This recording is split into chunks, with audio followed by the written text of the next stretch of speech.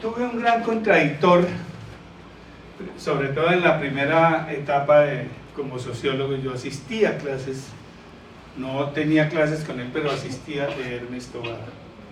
Ernest Tovar está muy enfermo, pero Ernest Tovar fue un referente un contradictor que se sentaba con nosotros a pelear por temas históricos. Él peleaba hasta con su sombra, pero con nosotros era muy interesante porque eran unos chinos de primero o segundo semestre, y Ernest Tovar peleaba con nosotros enseñándonos historia. Quería que nos volviéramos historiadores. Tuve varios debates interesantes. Nunca me sentí perseguido por esas contradicciones tan fuertes que tuvimos, pero es uno de los grandes historiadores. Es más, en un trabajo que me tocó hacer sobre el panorama de los historiadores colombianos, alcancé a pensar que en el tiempo que me tocó vivir, Ernest Tovar es uno de los grandes historiadores de Colombia. Si hay un ranking, Rodrigo, hay que hacer si hay un ranking, tiene que estar Ernest Tovar. También considero que también fue mi maestro. Es más, estábamos reemplazando a un profesor amenazado en la Universidad Nacional, Alejandro Reyes, en un edificio a la entrada. Yo estaba en comisión de mi doctorado en la Universidad Nacional, y por la mañana reemplazamos a Alejandro Reyes, que había salido amenazado del país. A las 6 de la tarde, entrando a su clase en el mismo edificio, subiendo, yo la dicté en el primer piso, y en el segundo piso estaba esperando un sicario a Chucho Bejarano y lo mató al entrar al salón de clase. Eso nos ha marcado nuestra generación. Tengo varios escritos sobre Chucho, y el simposio que vamos a hacer, la mesa que vamos a hacer, de eso estábamos hablando esta mañana, en el Congreso de Pasto, se llama "De los estudios sobre violencia, el cuento de la violentología, etcétera, a los estudios para la paz".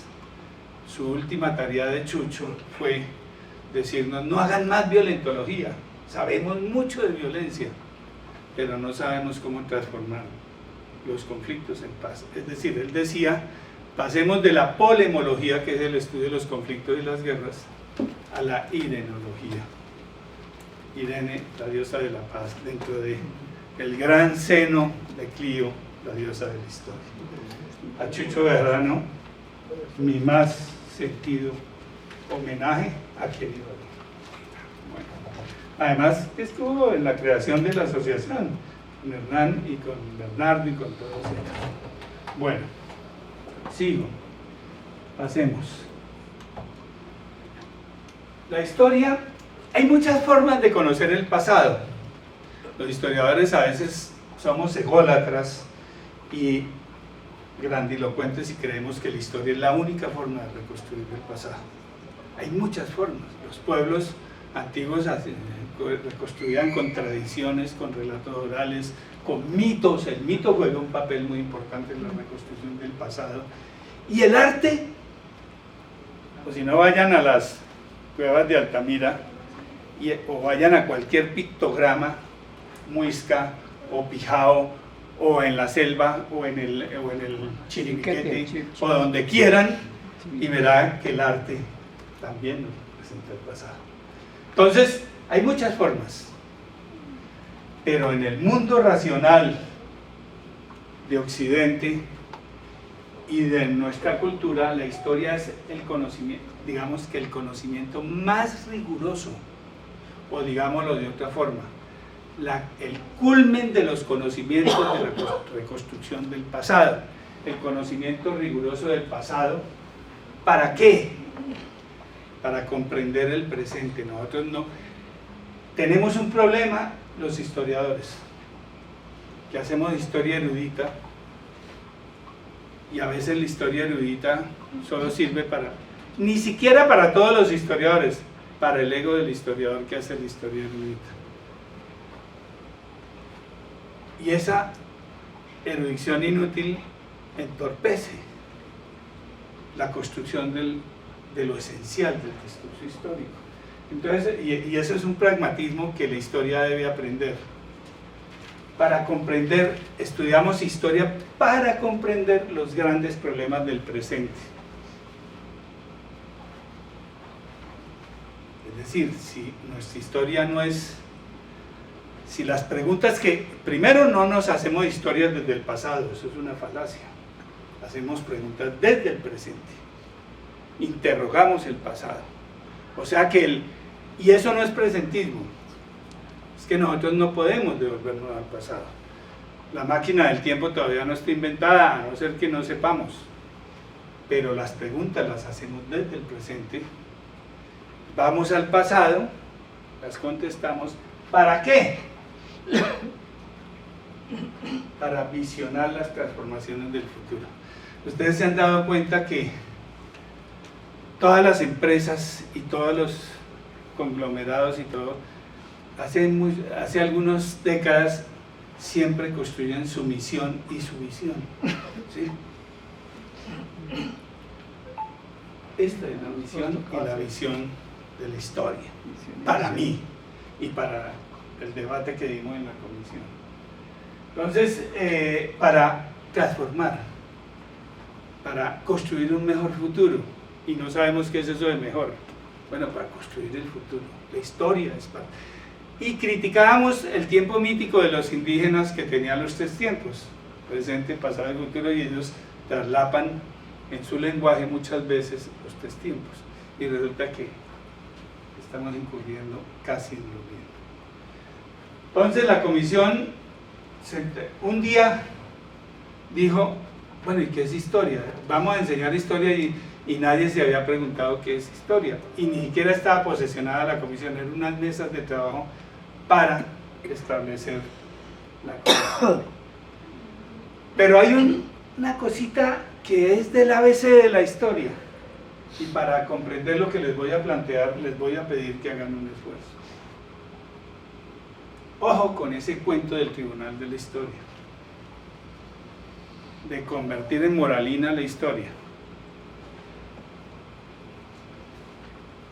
Hay una señora modista que iban y le mandaban a hacer los vestidos y le llevaban un figurín de esos o la revista Cromo, quiero que me quede así, ¿sí?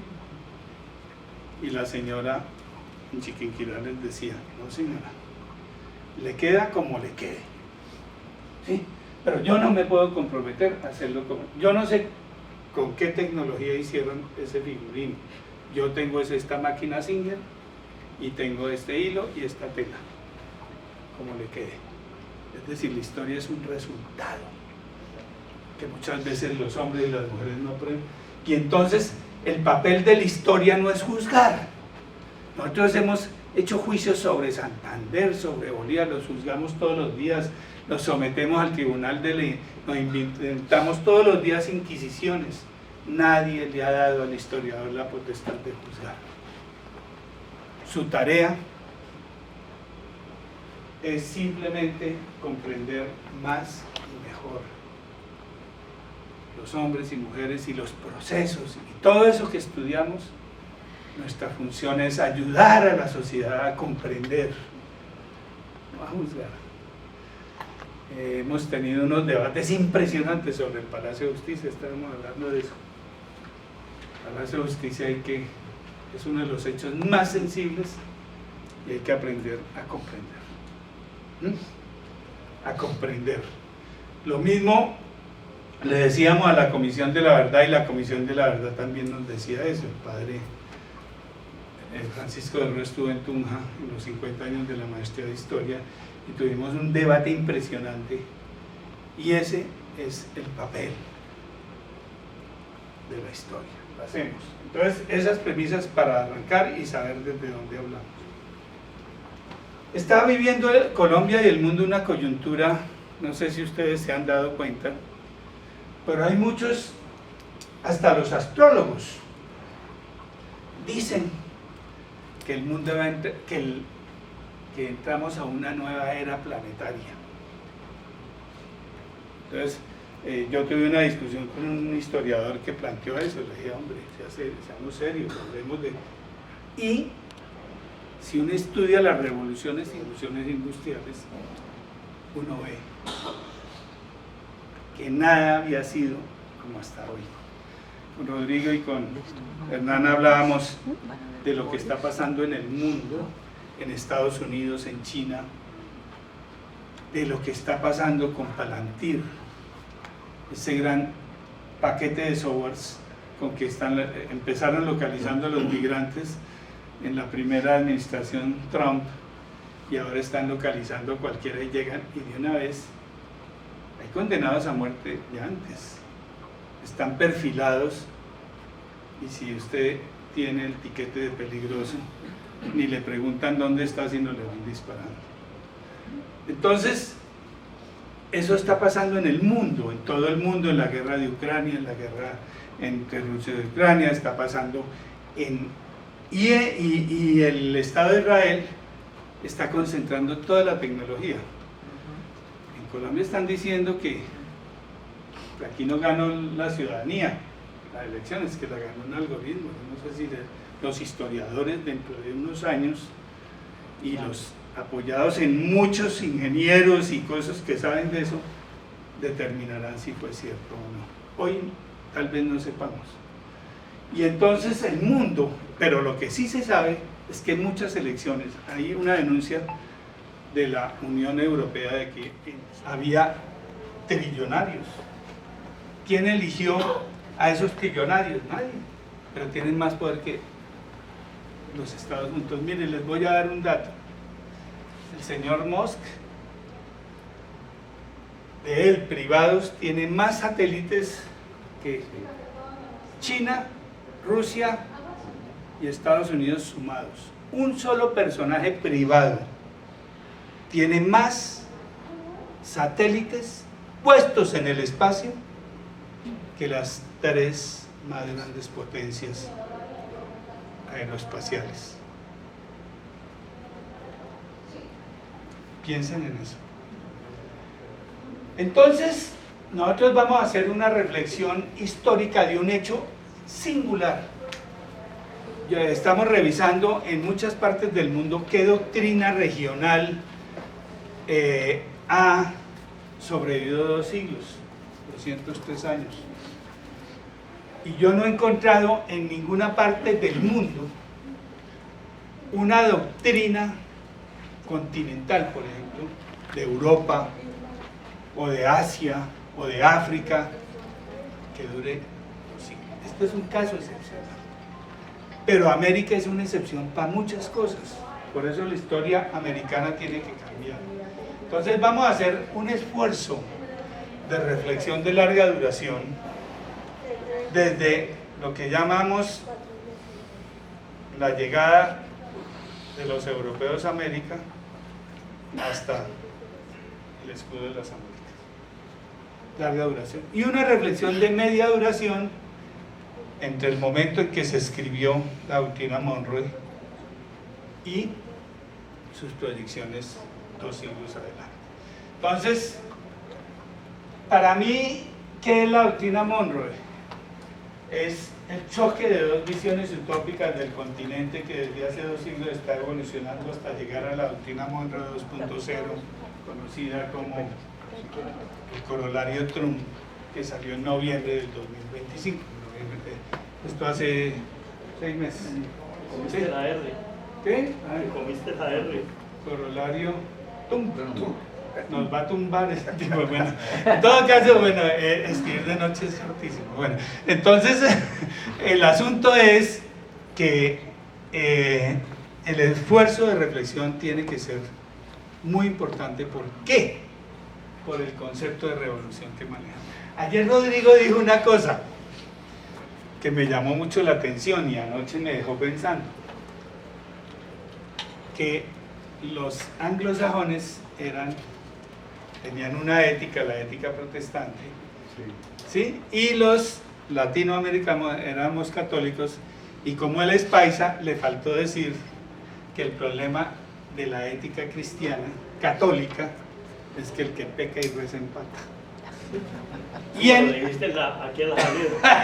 sí, entonces, además hay una cosa, tú puedes cometer el pecado más terrible. Tú vas y te confiesas y rezas 3 Padres Nuestros que te ponen de penitencia y te salvaste. Ese concepto de la salvación del mundo cristiano, sobre todo el católico, además hubo una época en que se compraban indulgencias y uno se iba para el cielo derecho, no entraba al purgatorio, entonces todo eso pesa en la mentalidad. Bueno, apareció Lutero y se tiró el paseo, se tiró el negocio, bueno, entonces, pero creó otros negocios, ¿sí? Creó el mejor negocio de la ética calvinista y de la ética protestante en general, que estudió Max Weber, que es el hecho de que uno demuestra su salvación en la tierra con su éxito económico. Eso es gravísimo. Si usted se salva aquí, bueno, ya pasemos. Se inventó ese negocio. Bueno. Ayer yo puse el tema. Perdón, ¿con su éxito qué? Con tu éxito en la tierra tú te salvas. Si tú eres rico, te salvas. Es decir, y ahora vamos a ver qué es el destino manifiesto. Eso va a repetir. Entonces, hace unos días, preparando esta conferencia, me dio por hacer un jueguito. Le pregunté a la inteligencia artificial, que es infalible, mire, ¿en qué consiste la Constitución de la Colombia de 1798?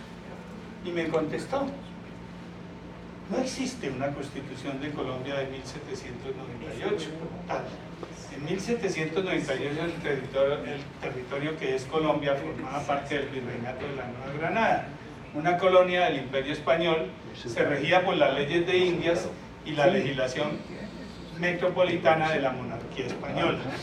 Las primeras constituciones en el territorio colombiano aparecieron más tarde en el contexto de los movimientos de independencia.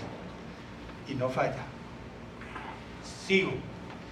Entonces le contrapregunté. La referencia a una constitución de 1798 que aparecen en algunos textos jurídicos o académicos suelen referirse a otras constituciones europeas, como la de Suiza o la francesa de la época, que pudieron servir de inspiración teórica en debates posteriores, pero no una constitución colombiana propiamente dicha. La advertencia de siempre: las respuestas de la inteligencia artificial pueden incluir errores. Para obtener asesoramiento legal, consulta a un... ustedes saben. Ni siquiera ChatGPT se acuerda de que hubo la más grande constitución de un continente. Miren, ayer decía alguien, creo que fue el mismo Rodrigo, habló de Miranda o Armando. Miranda es un gigante impresionante. Miranda andaba con sus baúles de documentos y no en vano, pues dicen que estuvo entre sábanas. ¿Con quién? ¿Tú qué sabes de esas ¿Entre historias? sábanas con quién? Con Carolina de Rusia. Ah, Y que la bandera, No hable tan suave, que a mí me gusta el chisme. la bandera es el cabello rubio de Catalina, sus ojos azules y sus labios rojos. A mí me gusta esa metáfora, pero yo no sé si sea cierta, pero bueno, en todo caso, en todo caso, es el único latinoamericano que está inscrito su nombre en el Arco del Triunfo de París. Pero eso no, pasemos. Puro chisme, ¿no? Bueno, pero ¿qué fue lo que construyeron eso? Y no fue Miranda, se le ha hecho seguimiento sobre todo en las masonerías, en las redes masónicas, en las sociedades secretas, en los ilustrados europeos y americanos, porque hay una ilustración americana que no se ha estudiado, y Mutis es muy importante, y la llegada de Humboldt fue muy importante. Ayer hablamos de eso, pero hay una ilustración americana que es distinta a la ilustración europea, y yo creo que esos tales Bolívar, todos estos tipos eran agentes, tal vez secretos, de una ilustración americana distinta a la europea, que está por estudiar. Bueno, entonces, aquí vamos a partir de un concepto de revolución que estamos definiendo y construyendo, que no es fácil, porque es la única revolución continental del planeta.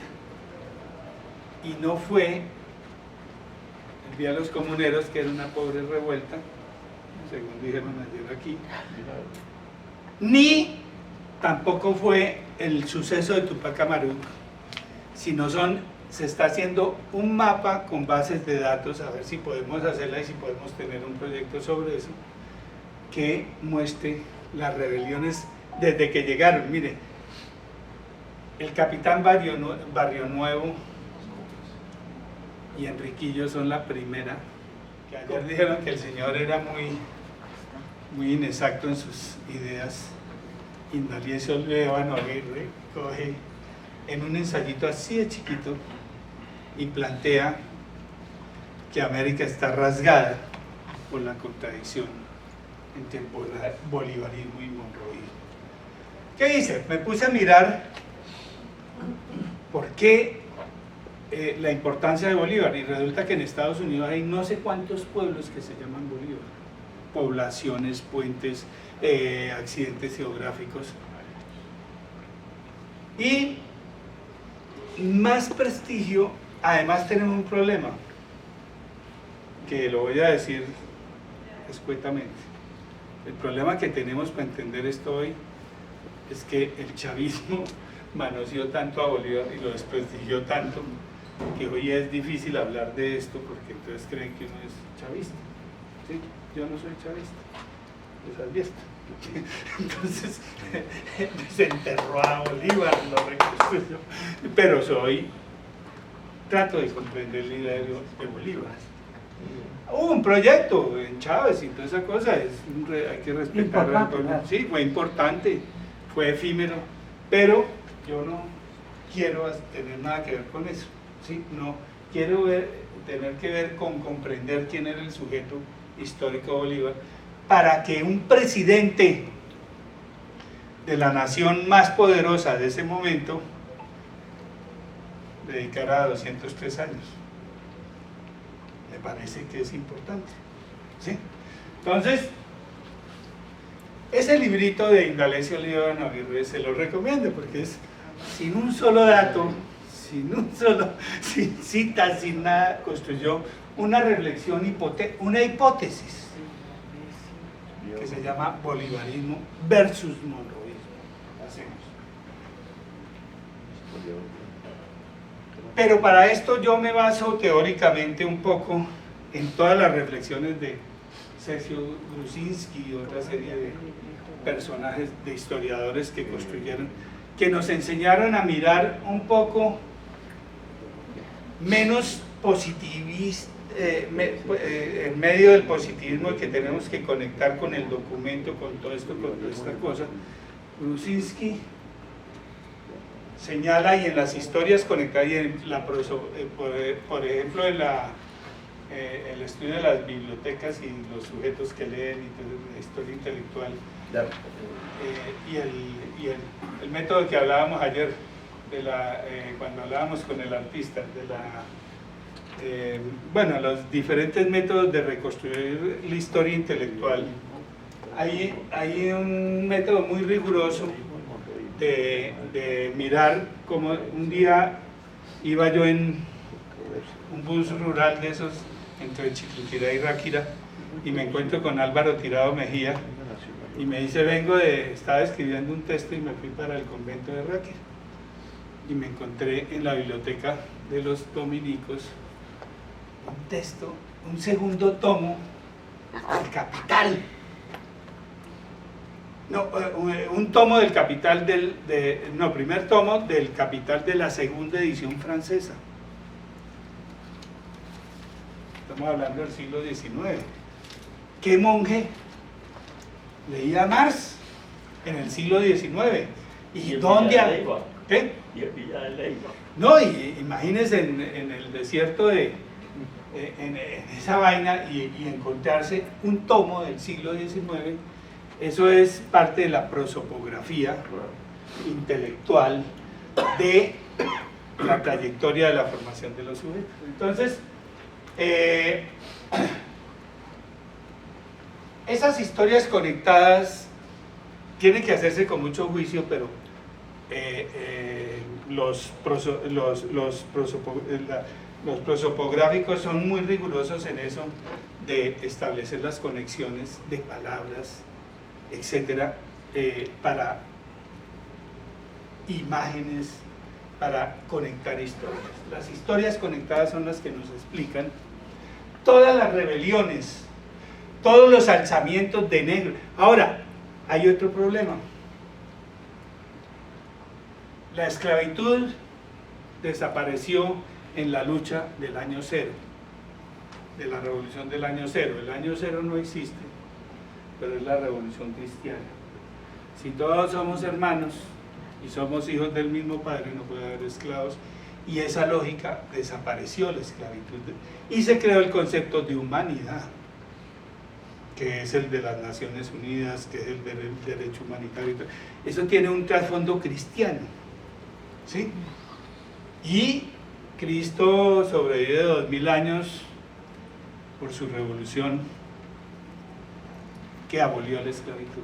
Yo creo que lo más importante de ese proceso, si ustedes estudian historia de las religiones, yo tampoco estoy haciéndole propaganda a las iglesias ni nada, pero ese detallito abolió la esclavitud prácticamente desde el siglo V. Entonces, en una lucha del año cero, que no existe, nació el primer año, ¿no? Bueno, debe existir imaginariamente, y se fue hasta hoy. Nosotros vivimos una revolución humanitaria que tiene fundamentos indudablemente cristianos. Entonces, había desaparecido la esclavitud de Occidente, había otras formas de subyugación y de dominación durante el feudalismo, no me voy a meter en eso, pero de pronto la misma iglesia crea una nueva esclavitud, tanto de indígenas como en ningún continente hubo el número de esclavos traídos de otro continente, es decir, un trasplante poblacional. Imagínense ustedes el trasplante de África a América de un continente, la cacería de pueblos africanos para traerlos a este mundo, a este nuevo mundo. Entonces, esa es otra reflexión que hay que hacer, y además la dominación de los pueblos ancestrales indígenas y la destrucción, en el caso de Norteamérica, sistémica de la población indígena. Nosotros fuimos más tranquilos, ¿no? Tal vez esa vaina de la infidelidad y toda esa cosa y el derecho de pernada y toda esa vaina hizo que hubiera un proceso de... Yo no me explico cómo fue el proceso de mestizaje en Boyacá. Cada pueblo es un cacicazgo, tiene el nombre, tuta, todo eso son caciques, y de pronto se volvieron campesinos. Yo no sé por qué, y si en otras regiones hubo un proceso tan acelerado de mestizaje como el del altiplano cundiboyacense. Entonces, esto es la única revolución continental de la historia planetaria, que dio origen a la modernidad, que tiene varias fases, y que dio origen a la idea de la libertad. La república es una fundación americana, la primera república es americana, aunque idealmente estaba en la utopía y en todos esos personajes, porque a esto le falta una conferencia anterior que se llama Una utopía llamada Colombia. Y la democracia, la justicia social, en la lucha contra la dominación colonial, es decir, la lucha contra la colonialidad, que es un concepto más amplio, la inclusión, la igualdad y la no discriminación. Entonces, en estos dos siglos lo que ha hecho América es construir un modelo de sociedad que trata de ser humanitaria. Tal vez el más rezagado es Colombia, paradójicamente, donde tuvo, para mí, después de Estados Unidos, Revolución Francesa, Haití, Colombia, sobre todo, ayer quería abrir ese debate, pero la Constitución de las Provincias Unidas del Tundra es la primera república de América Latina, luego es la de Venezuela, siempre se dice que fue la de Venezuela primero, ¿no? Sí fue una constitución, aquí se dijeron que no, que era un poco de cosas, hay unas actas de Villa de Leyva, no, vayan, el 9 de diciembre de 1811 se proclamó la Constitución de la República de las Provincias Unidas, que no tenía todo el país, sí, que Mariquita y todos se unieron a Cundinamarca y que sí, todo lo que quieran, pero Cartagena, Monpós y las principales provincias que se habían independizado se juntaron en las Provincias Unidas y en su constitución, y fueron los que nombraron a Bolívar como primer jefe de un ejército. De los grandes hitos de la resistencia indígena y negra entre 1942 y 1820, que es la etapa supuestamente de la revolución. Entonces, si ustedes miran eso, es impresionante la cantidad de alzamientos, donde para mí en Sudamérica el más importante va a ser Tupac Amaru. En el Perú hay otros, hay unos muy importantes en otras partes, pero dejo ahí o si no aquí nos quedamos. Es decir, la cantidad de alzamientos, de resistencias de negros, palenques, es decir, la cantidad de cosas que pasan en América, esto no fue nada pacífico, esto fue impresionante, como los alzamientos se dieron en todo el continente, en Estados Unidos, en México, en Centroamérica, y en nuestro territorio hubo muchos, pero sobre todo, y por eso les digo, Tupac Amaru llegó a tener nuevos estudios sobre el alzamiento de Tupac Amaru que muestran que eso fue una revolución frustrada indígena impresionante, pero que tuvo unas repercusiones, como les digo, el chicharrón de paya era para trancar a los indios salteadores por los jesuitas, por allá, y no sabemos encontrar, para que no afectaran a la América. El nombre de América, entonces, todo el debate sobre el nombre de América, que Américo Vespucio, que fue el nombre que se le dio a América por las bitácoras del navegante, analizadas por el cartógrafo alemán Martin Walsmüller, que le dio el nombre América, y protestaron inmediatamente varios, entre ellos el cura de las Casas, protestan de que el nombre debía ser Colombia. Pero el padre de las Casas le cambia el nombre, él era enemigo de Colón y denunció a Colón por muchos excesos. Él decía que Colón Columbus era en latín el continente de las palomas. Colombia no es, él resignificó, y muchos resignificaron el nombre para volver a la raíz latina, que es Colón Columbus, que es que sería país de las palomas. Bueno, entonces hacemos. Pero miren, en 1794, ¿de qué estamos hablando? ¿Ven? ¿Lo bonito? Miren lo que se independizó de Inglaterra. ¿Ven? ¿Están viendo? Sí. Esto. Se independizó esto era la América hispana. Esta era la parte de Gran Bretaña, ¿sí? Esta era la parte de Portugal, ¿sí? Los holandeses y los franceses tenían este pedacito y este pedacito.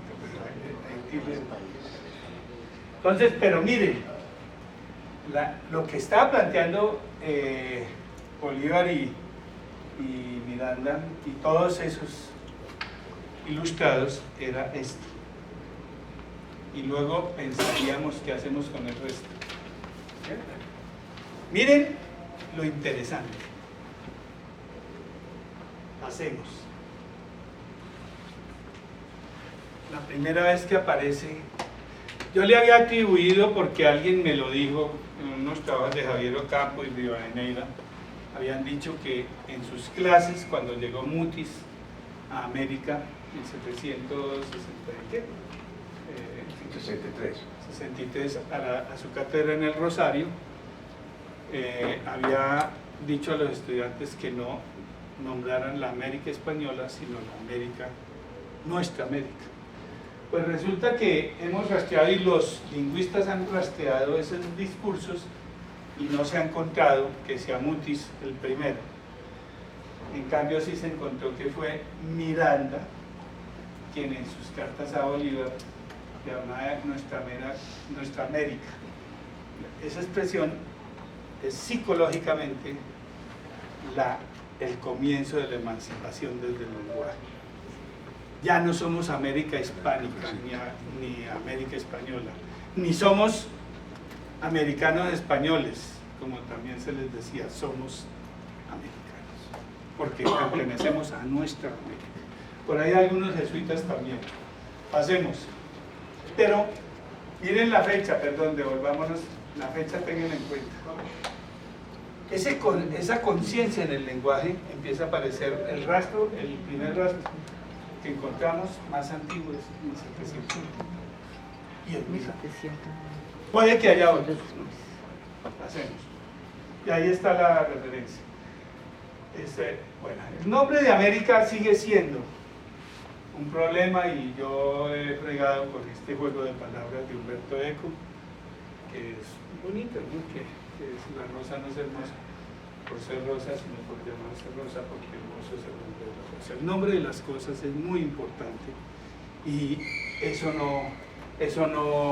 nosotros creemos, los nominalistas fueron muy desacreditados porque peleaban por los nombres, pero resulta que Eco y muchos otros nominalistas han demostrado que el nombre es importante. Pasemos.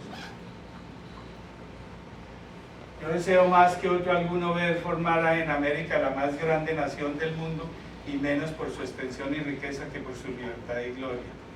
En la Carta de Jamaica no renuncia Bolívar a la unidad continental. Aquí se dijo que sí renunció. No, pasemos. Es más, aquí hay otra frase. Es una idea grandiosa pretender formar de todo el mundo nuevo una sola nación, con un solo vínculo que ligue sus partes entre sí y con el todo, ya que tiene un origen, una lengua, unas costumbres y una religión. Debería, por consiguiente, tener un solo gobierno que confederase los diferentes estados que hayan de formarse. Mas no es posible porque climas remotos, situaciones diversas, intereses opuestos, caracteres de semejantes divididos. Perdón, ¿cuánto me queda? Nos saltamos. 7 minutos. Bueno, entonces vamos a hacer un rápido, vamos a hacer un cambio. Vamos a poner unos mapas y unos personajes. Hacemos las imágenes. Y ahorita volvemos a la presentación para cerrar con los corolarios, y con eso cierro. 1783, nacimiento de los Estados Unidos. Y van a ver el efecto de la doctrina Monroe. Pase. Nacimiento de ampliación de los Estados Unidos, la compra de Luisiana. Sigue. Nacimiento de ampliación de los Estados Unidos, Florida. Entonces, antecitos del Congreso.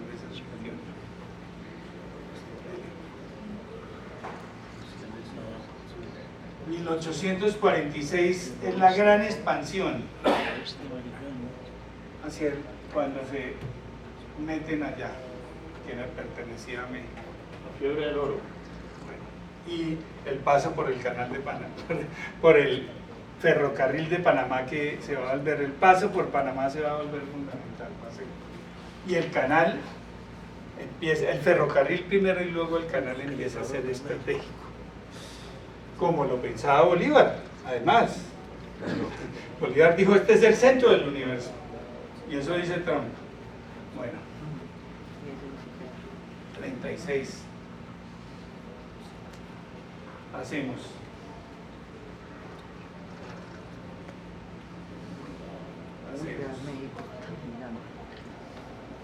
48, 45.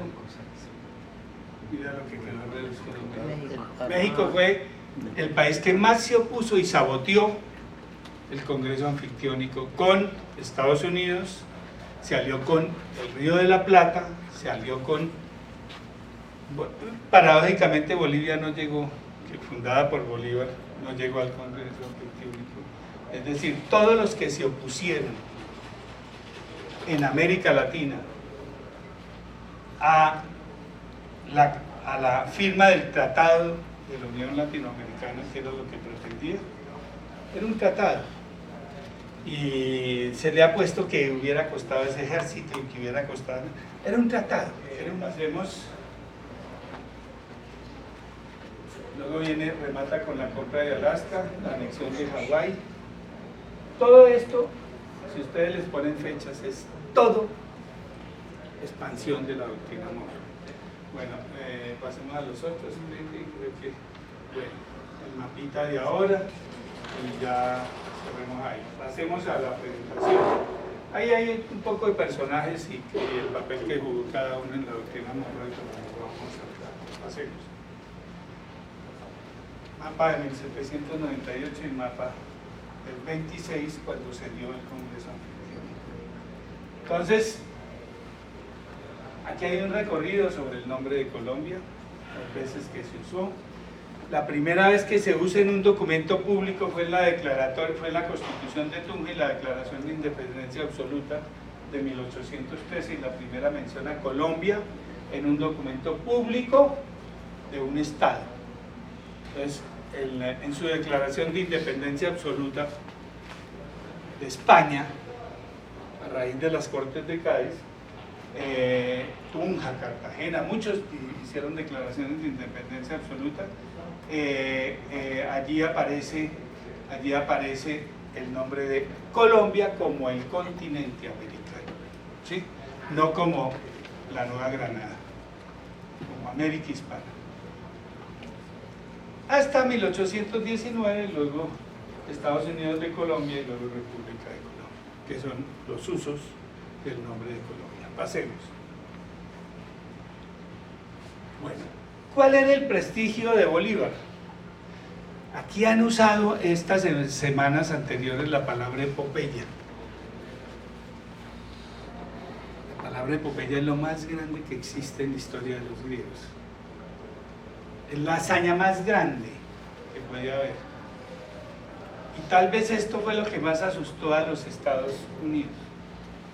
Un tipo que pasa el río Arauca el 10 de mayo con un ejército de zarrapados, atraviesa un llano inundado con unas inundaciones terribles, había un suelo volcánico porque había estallido de 2 volcanes, bueno, todo lo que hemos estudiado en la ruta del Bicentenario, y en poquitico tiempo surgen 20 repúblicas en América Latina, y en poquitico tiempo Boyacá, bueno, Pantano de Vargas, Boyacá,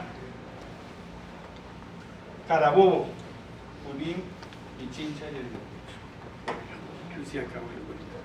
Es decir, es una campaña impresionante, militarmente inédita en la historia de las guerras. Entonces, de las guerras napoleónicas, esto es un proyecto napoleónico.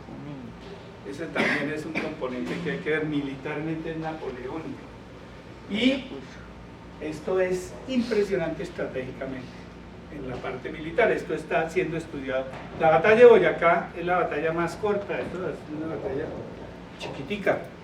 Y sin embargo es un jaque mate. En los militares dicen que un jaque mate no se da en ninguna batalla. Capturar al Estado Mayor, al comandante y a 1800 combatientes, y eran 2000 y pico, 3000 digamos, y capturaron 1800, los demás huyeron, ¿sí? Entonces, esto es impresionante, el prestigio que, y esa, en el romanticismo, en el romanticismo europeo y norteamericano, en la literatura, Bolívar se cuelga de la ola del romanticismo. Y hay cantidades de poemas, ustedes ven poemas a Bolívar, pues saben por qué esto no se ha visto, y eso sí es una epopeya, no una ficción.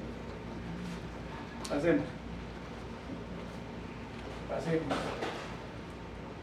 El problema empieza, si bien la doctrina Monroe fue escrita, ni fue escrita por Monroe, fue escrita por Adams, que fue posteriormente presidente, y es una frasecita en el mensaje a la nación. Ellos tienen el tal mensaje a la nación, y en el Congreso Anfictiónico del 26 es donde se confrontan, es el choque de trenes, el gran choque de los dos proyectos, y perdimos. Perdió Bolívar, perdió América. Los americanos desde entonces le han hecho el juego a esto, y desde entonces no me voy a meter en detalles, pero eso fue un ajedrez donde los Estados Unidos, apoyados por Inglaterra, apoyados por Holanda, sabotearon el tratado. No solo el Congreso, sino el tratado. No me voy a detener en eso. Hace 200, en junio, se empezó a reunir. Fue terrible porque hasta algunos de los diplomáticos se murieron de malaria. Fue terrible porque hubo muy malas condiciones y tuvo que trasladarse a Yucatán, México. Pero México era el peor enemigo del proyecto bolivariano. Miren lo que dice hacemos. Esta es la distopía. Gravísimos errores de Bolívar, el problema de Santander, que no entendió esto y que era muy amigo de los diplomáticos norteamericanos. Su amistad sesgó mucho su visión, y ya la pelea estaba casada entre Santander y Bolívar. Invitó a Inglaterra, que no estaba invitada, invitó a Brasil, invitó a Estados Unidos. Ya, era contra ellos. Entonces, era contra ellos. Si usted invita al enemigo a la reunión, pues aquí la reunión. Entonces, ya estaba el problema de la constitución del Alto Perú, todo lo que había hecho Bolívar en Perú, que fue, pues después de Ayacucho, fue muy complicado, y Bolívar construyó muchas enemistades, sobre todo entre los venezolanos y los neogranadinos, que eran su soporte, eran su plataforma. Los mexicanos pues tenían mucho poder, era una de las naciones más poderosas, y el Río de la Plata, que saboteó y lo partió. Pasemos. Pero miren la dimensión de lo que era la Gran Colombia. ¿Quién fue el que habló del territorio ayer? Miren dónde empezaba. Miren, Rodrigo, lo que perdimos. 40%. Toda la costa de los Misquitos. Todo el istmo. Miren el Caribe, lo que sería hoy el Caribe colombiano. Hasta acá llegaba nuestro Caribe. Miren, era en la zona más importante económicamente de todo el problema mercantil de las navieras, era este. Y la Gran Colombia tenía desde aquí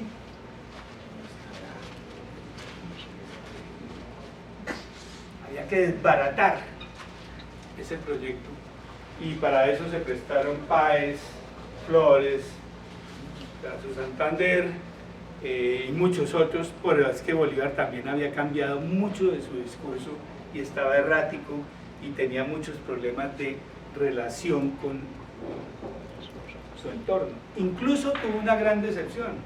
Armando Martínez fue y escarbando papeles encontró el acta del encuentro de Guayaquil, ¿no?, con San Martín, y todo el mundo esperaba. Siempre se ha dicho, los argentinos no han hecho sino vendernos la idea de que Messi es el mejor jugador de fútbol del mundo y que San Martín es el hombre más grande de América.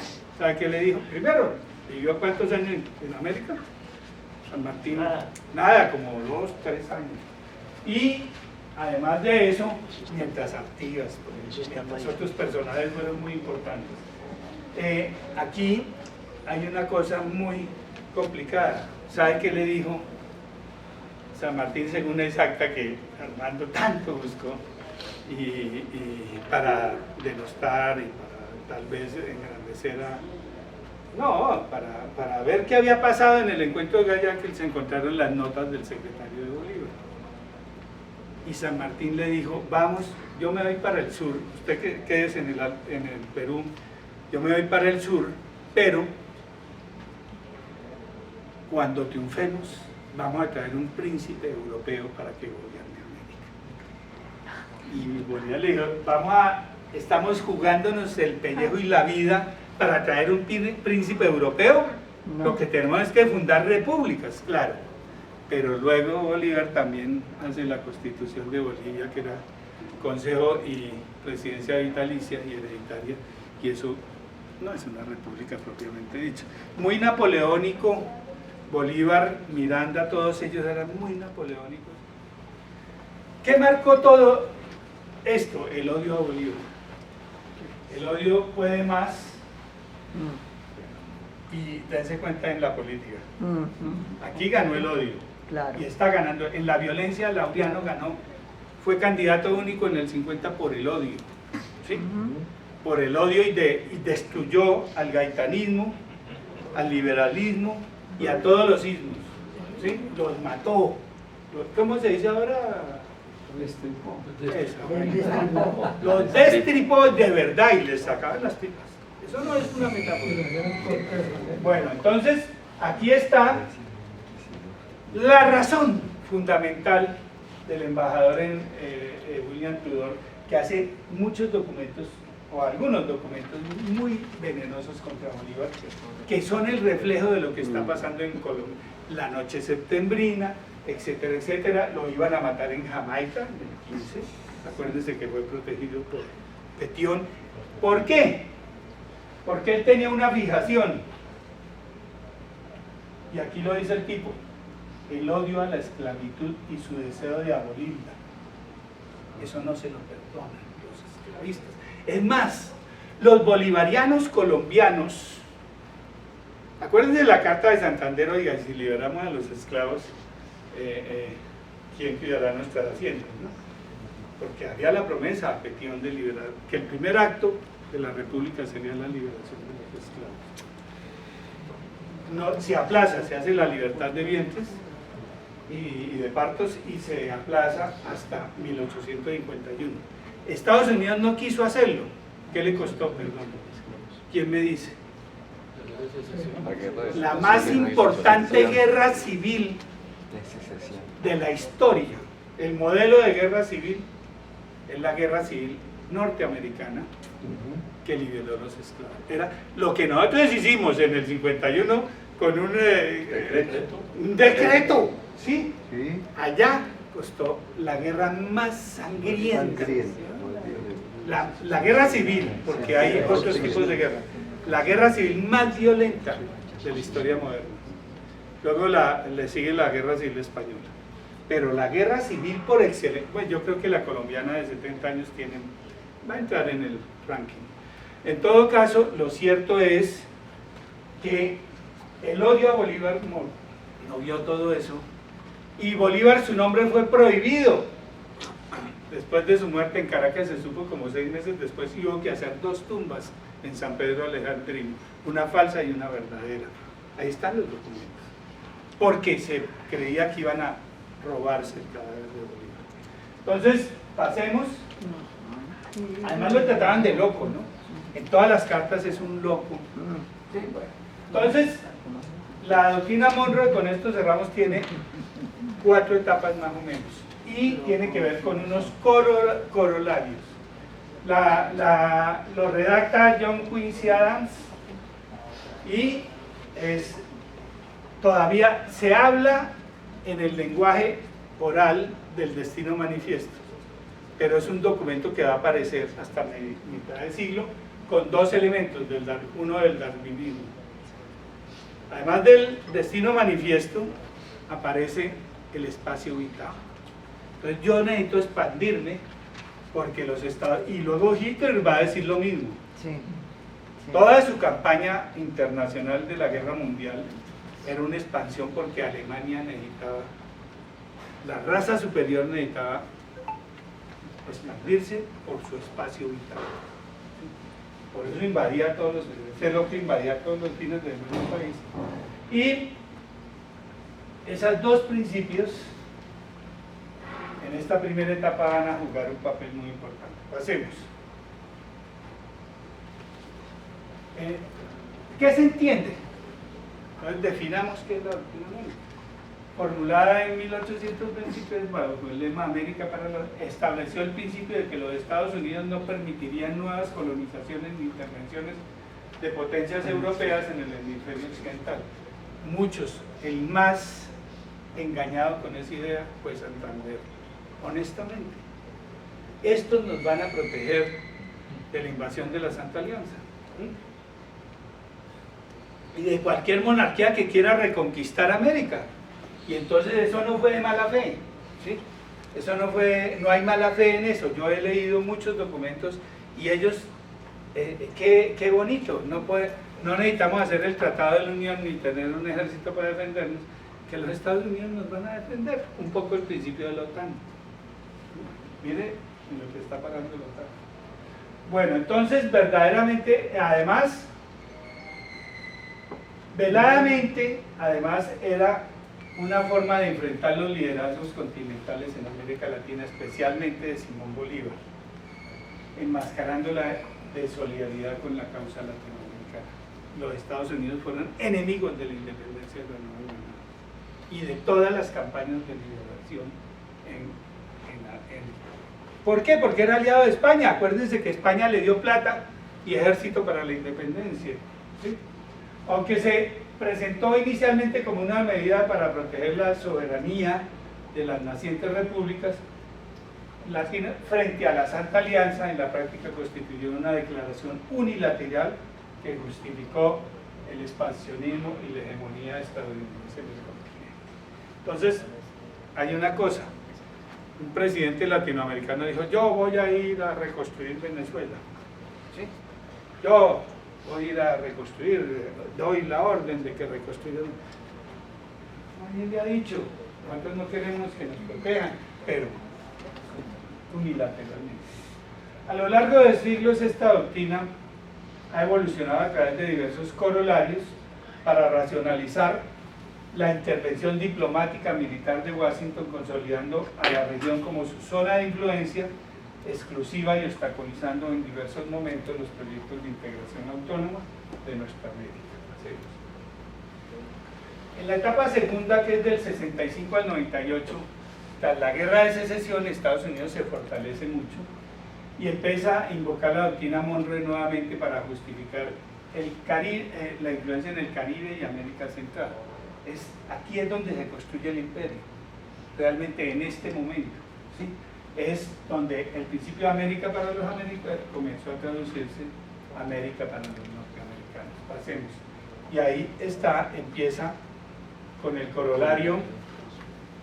Antes del corolario Roosevelt hay otro corolario que no lo veo ahí. Bueno, hay otro corolario que es que no puede haber ningún canal es del 80. No puede haber ningún canal interoceánico en América que no sea de los Estados Unidos. Ese corolario es muy importante porque le anunció a los que estaban los regeneradores, que estaban ganando las batallas, iban a construir la nueva constitución y la nueva república. No se dieron cuenta que Estados Unidos ya había dicho que Panamá era de ellos, ¿sí? Ese protocolo es muy interesante. Hayden, pues, que ese protocolo, no sé por qué no me quedó ahí, es muy importante porque es que con ese perdimos Panamá. Los historiadores han dicho que el corolario Roosevelt fue el que nos quitó Panamá, es del garrote, ¿sí? El presidente Teodoro Roosevelt interpretó la doctrina al afirmar que Estados Unidos tenía el derecho de intervenir en los países latinoamericanos para mantener el orden y proteger los intereses occidentales. Este corolario Roosevelt transformó la doctrina Monroe en la base del intervencionismo en las situaciones de Panamá, de Dominicana, de Nicaragua y Haití y todas las repúblicas bananeras, sobre todo en Centroamérica, surgen con el corolario Roosevelt. el Somoza ese que mandaron a Nicaragua, toda esa vaina, todo eso es corolario Roosevelt. Fue muy dura la política del garrote. Y del gran garrote se llama la política del gran garrote, que es la que está resucitando ahorita. Entonces, la política del buen vecino era la guerra y eran los frentes populares, era la época de los frentes populares y el ascenso del fascismo. Roosevelt para mí es uno de los presidentes más inteligentes y más interesantes. Su mujer era socialista, ¿sí? de los Estados Unidos, y tuvo unas reelecciones, ¿cuántas reelecciones? Como 4.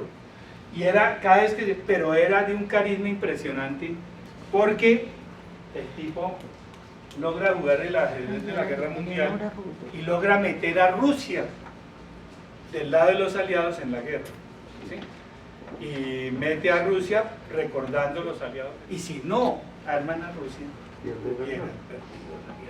Y eso fue Roosevelt. Le intentaron dar un golpe fascista, la Goodyear, la IBM, Coca-Cola, todas esas le intentaron dar un golpe militar y no pudieron. Henry Ford fue uno de los más activos golpistas es decir, el fascismo no era alemán, había fascismo dentro de los Estados Unidos. El golpe de Estados Unidos era fascista. Hay un trabajo de un historiador muy interesante que dice qué hubiera pasado si hubiera triunfado el golpe fascista en los Estados Unidos y qué había pasado con la guerra, ¿no? Ese que hubiera sucedido si de la historia contra la cual ya está de moda. Antes era un pecado, hoy no. Hoy se escriben ensayos y se reflexiona de esa forma. Entonces, Roosevelt, luego después de la muerte de Roosevelt viene Truman y reforma totalmente la doctrina Monroe y empiezan las intervenciones de la Guerra Fría. No recibió un nombre propiamente dicho de corolario como los otros, pero tiene un gran giro, se podría llamar el corolario Truman, que es donde surge, es el triunfo definitivo de la doctrina Monroe, porque fue el enemigo del bolivarismo y el latinoamericanismo de la Carta de Jamaica, es el panamericanismo, todos juntos en la misma cama. ¿Sí? Entonces, panamericanismo, la derrota definitiva del latinoamericanismo, esa podemos decir de origen, viejo origen, cambió, ¿no? En el siglo XX no fue bolivariano, pero el panamericanismo derrotó en Bogotá, 1948. en el Tratado de Bogotá y la fundación de la OEA, derrota. 7 meses antes se había creado la CIA, la herramienta fundamental, está vigente, está funcionando todavía. Se había creado también la OTAN, se creó la OTAN. Dicen que es una copia al carbón del Tratado de la OTAN y que la redactó Alberto Lleras Camargo, lo mismo que el Estatuto de la OEA. Entonces, hay un nuevo realineamiento con la creación de la OEA, hacemos, y es la derrota definitiva, jamás volverá a triunfar, ¿sí? La doctrina Monroe dominó el continente desde entonces. Hay una en el 71 que no es porque es mundial, es global, es el Estatuto de la Guerra contra las Drogas, se llama, que es de Nixon, y está vigente, y es un mecanismo de dominación parecido a la doctrina Monroe, pero global. Y pasemos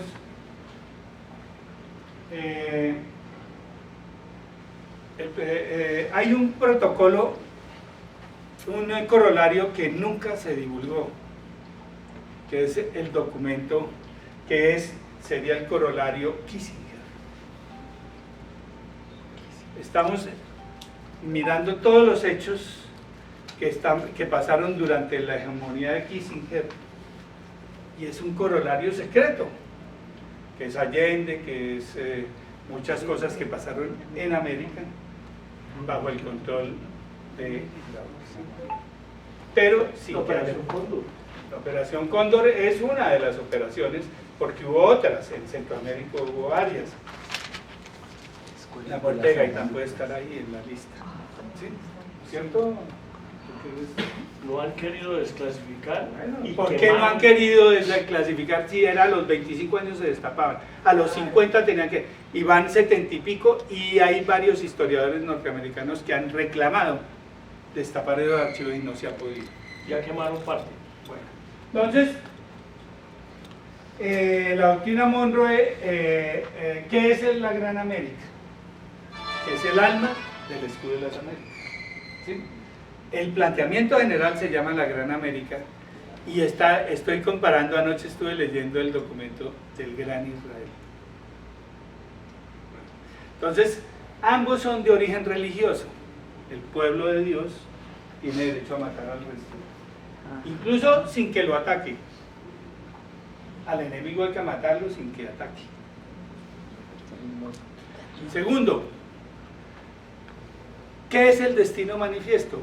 Trump está hablando en su discurso de posesión de su segundo mandato y de su primer mandato, ha hablado del destino manifiesto. ¿Por qué Estados Unidos se sintió tan seguro de dominar el continente?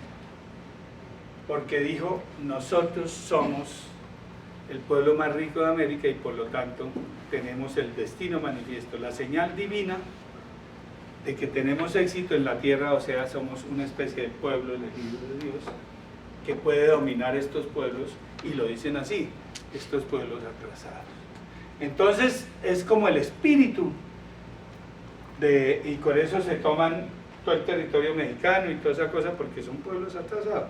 Y lo mismo sucede en Canadá con la aniquilación de muchos pueblos indígenas, aunque allá había mucho catolicismo. Entonces ahí hay una diferencia entre el destino manifiesto es un principio de la ética protestante calvinista, radical, y es el que resucitó con Maga. Maga es eso. ¿Vieron la ceremonia en Semana Santa que le hicieron a Trump?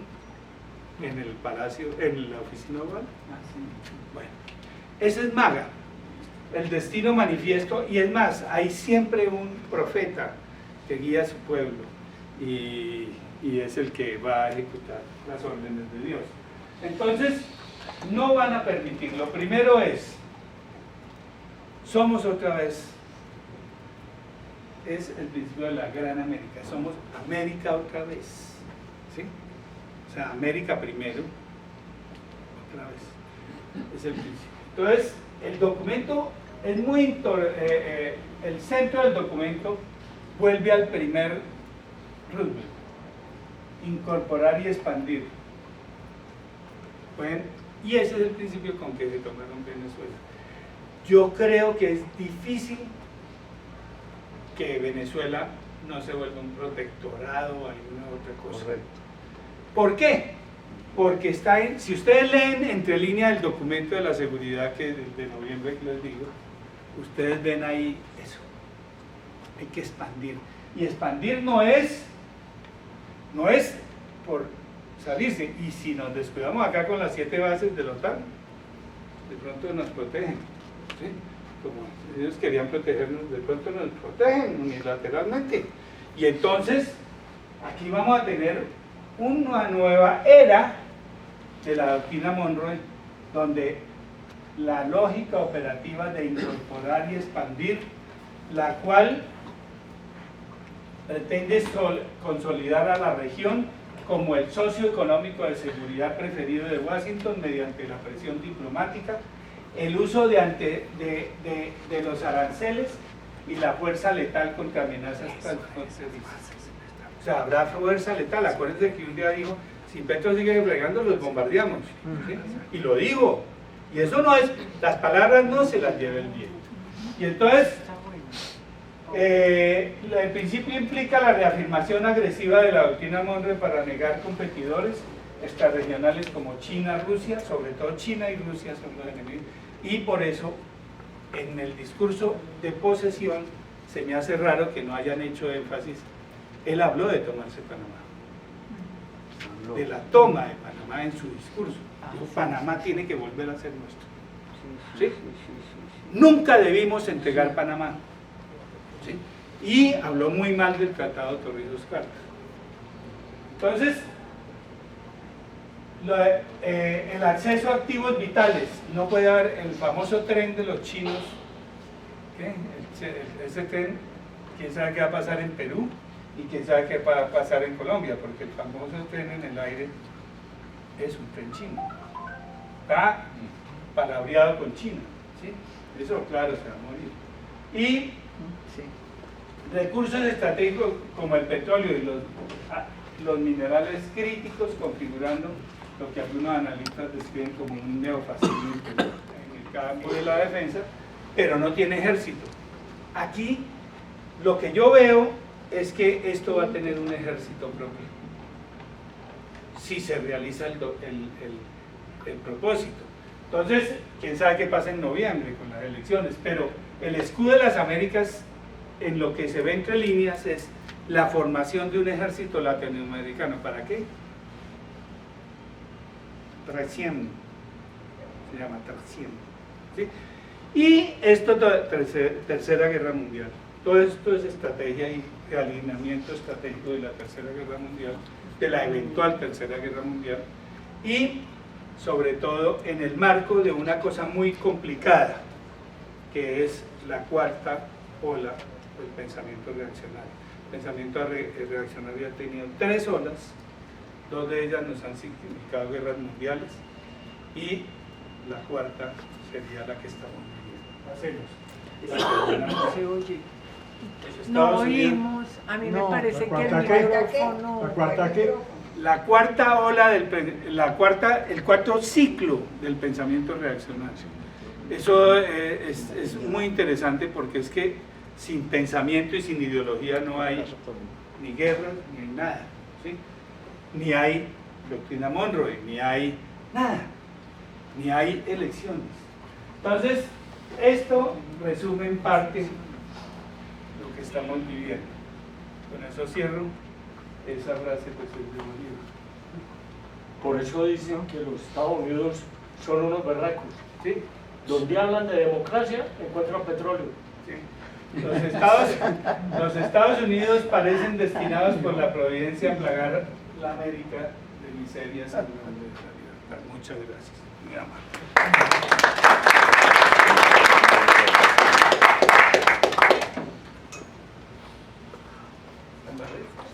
Bueno, realmente Los 7 minutos fueron en dólares, pero no sí, importa. estamos en este auditorio y bueno, en el país, en la Academia de Historia, haciéndonos muchas preguntas, especialmente de qué va a pasar si los organismos legales de nuestro país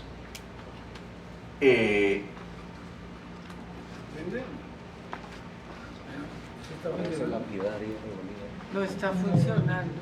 si los organismos legales y constitucionales del país confirman la legitimidad de la elección del que hasta ahora es proclamado como nuevo presidente de esta república. Y por supuesto que la pregunta está movida por muchos temores de ver interrumpido y de golpe desmontado todo un gobierno alternativo No, políticas alternativas. o políticas alternativas que querían corregir los desmanes que durante muchos años se habían cometido contra muchos compatriotas, especialmente los negros, los indígenas, los desclasados de la ciudad, de los campesinos, y en cierto modo pues también, ¿no?